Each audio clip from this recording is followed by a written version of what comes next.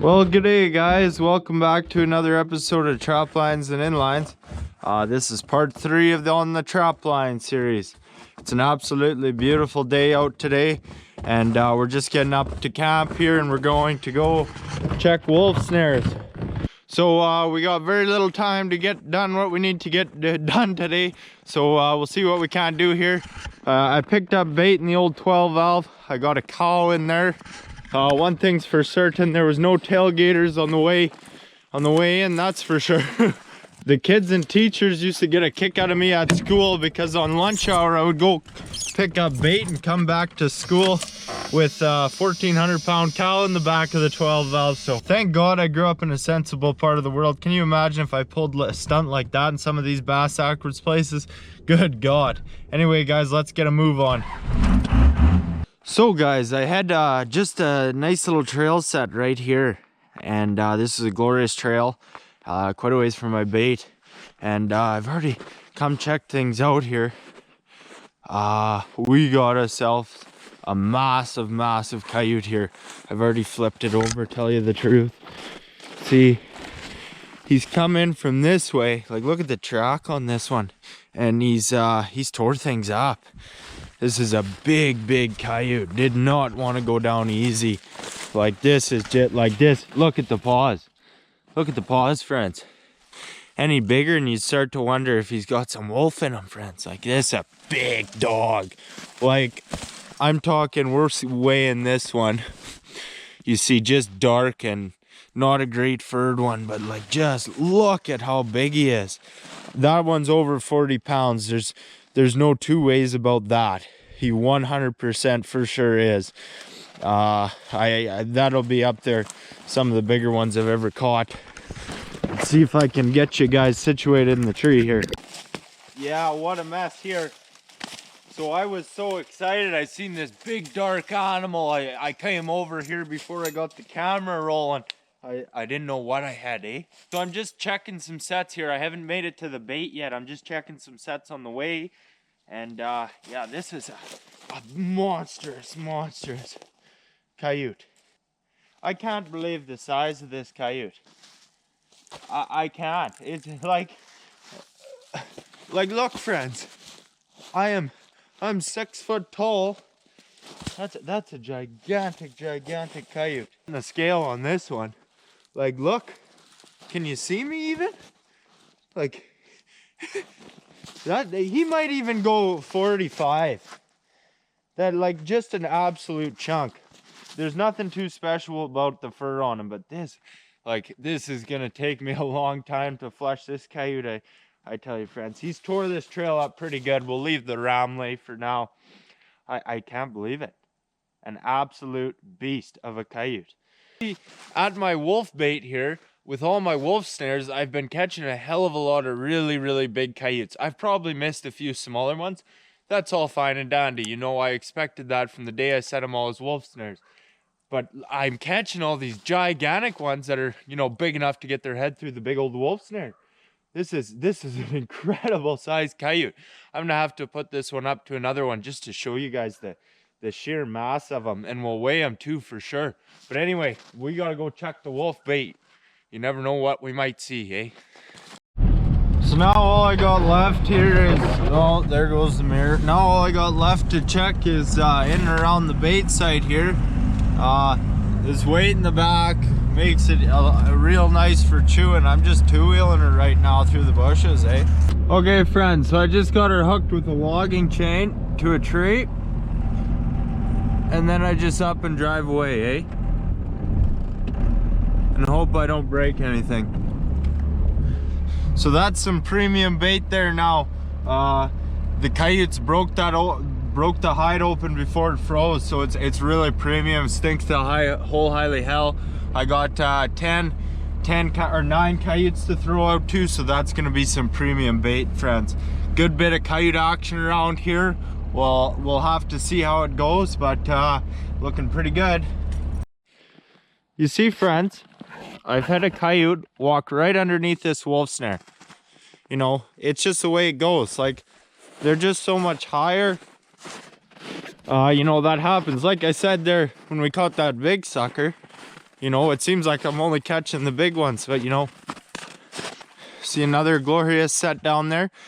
But you know, I expect to miss some. I probably missed one down there actually too. But it's just kind of the way it goes. You can't assume anything in trapping, so I'll speak in theoreticals. But so say if I was to tie these wolves up here one day, then what I would do is reset all the snares, just lower them all for coyotes, and then work on them later. You know, I got all winter, but you know, like I said, they're all wolf snares, so it's a tough sell catching a shitload of coyotes, but it's the way it goes, friends. Missed the odd one. Okay, I hope this brings things into perspective a little better. Here's that little dog from the previous episode. Actually, there's nothing little about him. He's an average coyote. But look at the other one in comparison. Just an absolute behemoth sized coyote. I'm going to put the scale on him here. We'll show you that here later on in this episode. See, I just bag him there and keeps the ravens and whatever else. Like if a weasel decides to mosey around here and try and peck away at him or whatever. So I just stuck him in there. But well, good day, guys. The dog and I, we're off to go check coyote snares here today. Beautiful day up at camp here today. So me and the co-pilot here, there, Big Wolf. We're off to go check some coyote snares. Isn't that right, my boy? Okay, catch you down the line. Okay, see some fur. Just in there I have a set. Thick bush, man. Good for snaring, I tell ya. Okay, this is dandy.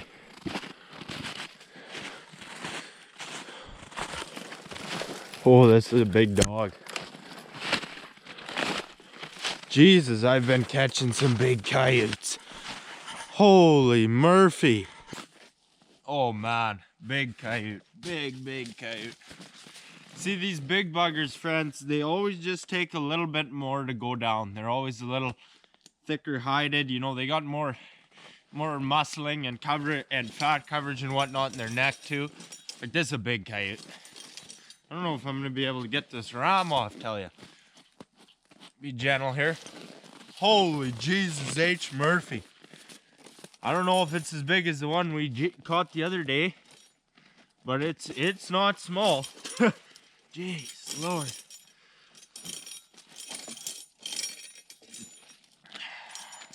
This is mangled. See, this is wrapped around here. What the fuck?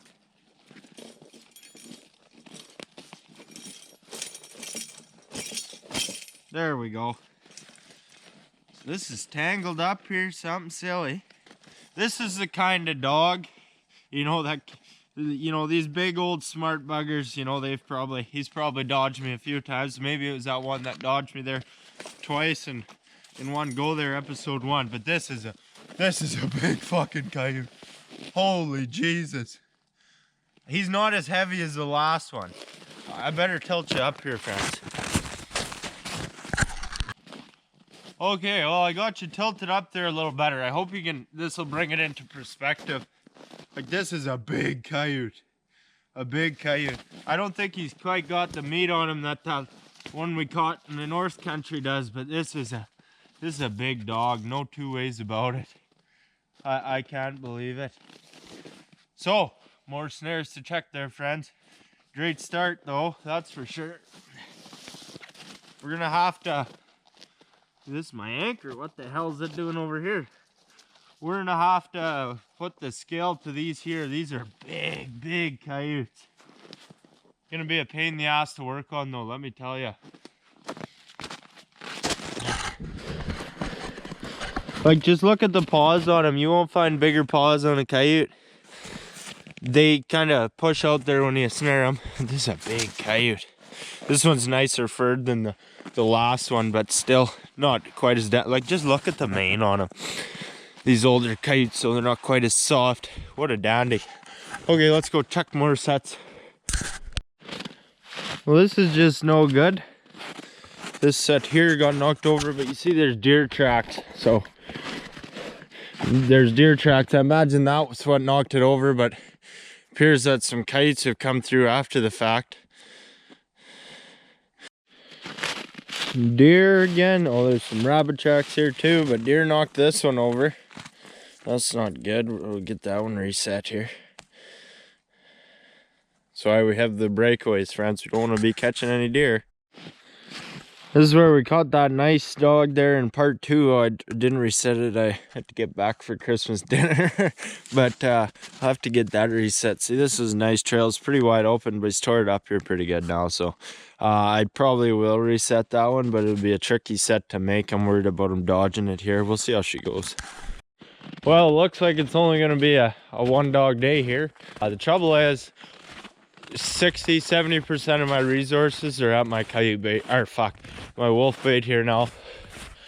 Like I've been putting all my bait there, and most of my rams are there.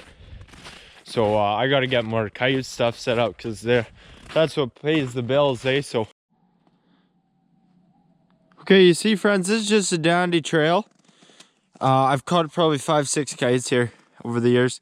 I headed here, see right down there? That's a great spot, right where my fingers. That's where I'll reset it. Well, I couldn't have asked for a better spot to put that snare. You see, like these nice overhang branches, they break up the loop, eh? And it's harder to identify as a snare. You see the ram perfect back in these nice willows. I got her anchored to that big tree over there. Got wraps around her. Gorgeous, gorgeous set.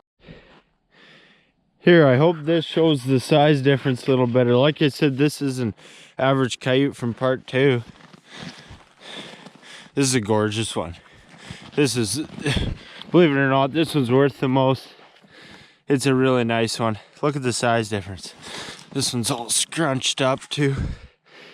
Look at the size difference. This is a big coyote too. These are big dogs.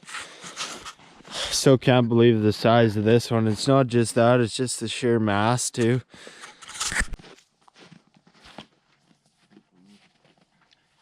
Well, these are easily 2 of the biggest coyotes I've ever caught. Like, just one last perspective. Holy Jesus. This will have to be the thumbnail for my YouTube video. Tanks. I'm quite confident these will both break 40. Like, this here is your average, 25-pound coyote.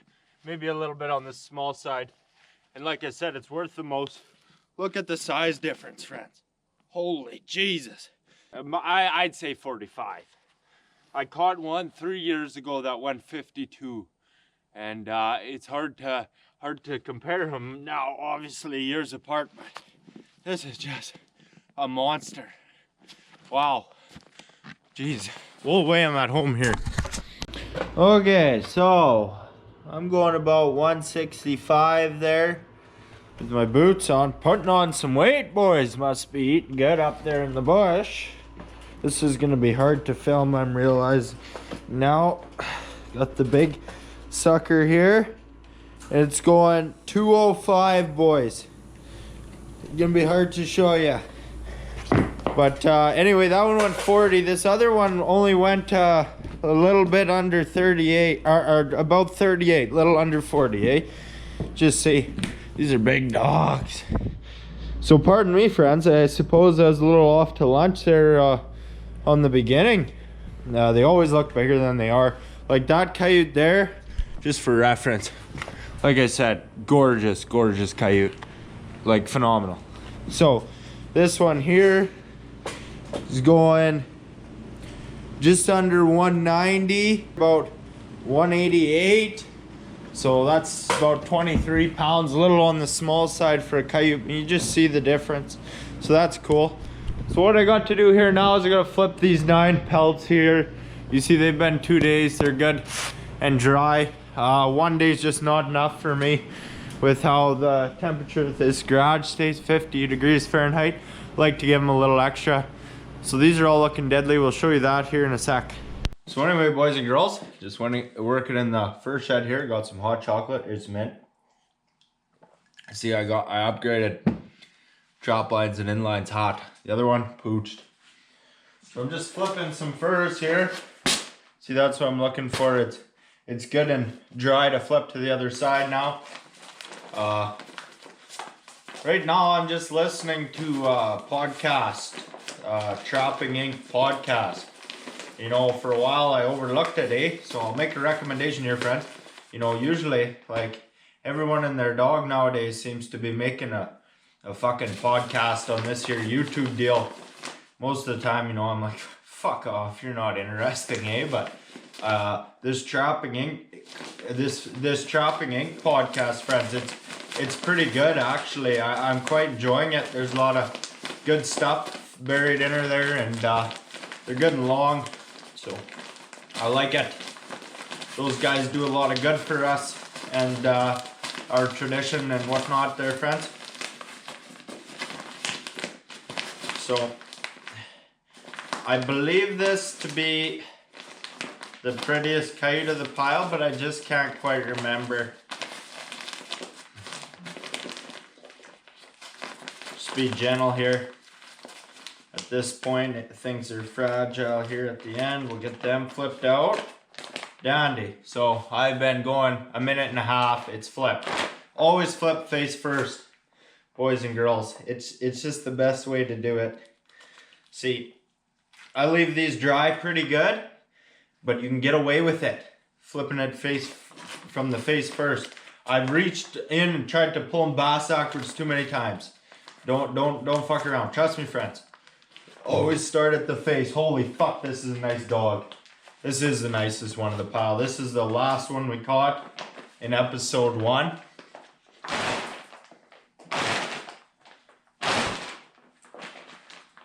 I mean, come on. Did I wash this one? It's looking a little bit fucky. So I use my cattle showing comb, works mint. Oh man.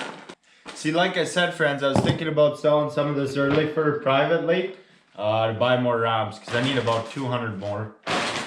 This is why our western coyotes are worth so much, Just look at it. Look at it, friends. It's dandy. Give her a couple more cracks for the show. Yeah, see, some of this is a bit wet yet, but just look at the fur density, friends. It's got a dry bit. Did I fucking wash this one? I can't remember. Anyway, boys and girls, lots more to do here. So, boys and girls, I want to talk to you guys a bit about something very important.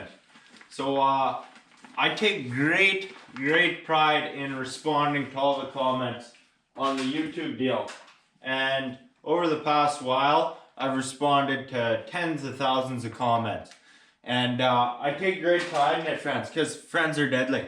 I really appreciate all the comments and everything. It's real nice, The problem here now, friends, is I'm at a point where I'm getting easily 100 comments a day. Like just the other night, I spent 2.5 hours there all at once responding to comments. So you just want to pull this snug, friends. Don't fucking stretch your fur. Don't be silly. See? Nice and loose. That's what you want. But, so it's at the point, friends, where I'm getting like 100 comments a day easy. The other day I spent 2.5 hours responding to comments in a row. And, you know, I live up in the bush, no service, so I don't get a chance to do it there. And it's been tough. I'm writing all these comments. They're starting to get generic, and I don't think they're as meaningful, my responses to all the nice things, friends. So I hate to say it, but I don't think I'm going to be able to keep up anymore. I'm still going to read them all through, and you know, I'll leave the little fucking heart thing there, and just to show that I've seen it and I appreciate it. But like to write all these different responses, it's taking a lot of time, friends. I'm not keeping up, Andy. I hate to say it, but it's bittersweet. Like I take great pride in showing you guys how much I appreciate all the support, but it's been a lot, friends. And I hope you guys can understand that. Okay, thanks. Over and out. I'll show you all the fur here in a sec too, friends. Okay, friends, so I got them all flipped here now, and pardon me, but I'm going to show them off a bit here. This here is the biggest one. This one here, see, it's kind of an orangey color. This is a really pretty nice one too. It's really thick fur. You really gorgeous stuff there. I got all the fur combed down. This here, one in the center is the nicest. This one here, these three here are the nicest, eh? This one is the very nicest though. I mean, you just can't beat it, friends. You see, these three are a little paler. I don't know how my camera's picking it up, but they're paler than the three on the outside, eh? You know, they're closer color. This little coyote here will be nice and pale too on the stretchers. These are money dogs. They are. They're gorgeous. God bless with a really nice first bunch here. I take pride in my work out here, friends. And just as importantly, you know, I enjoy my time out in the skinning shack, tell you the truth.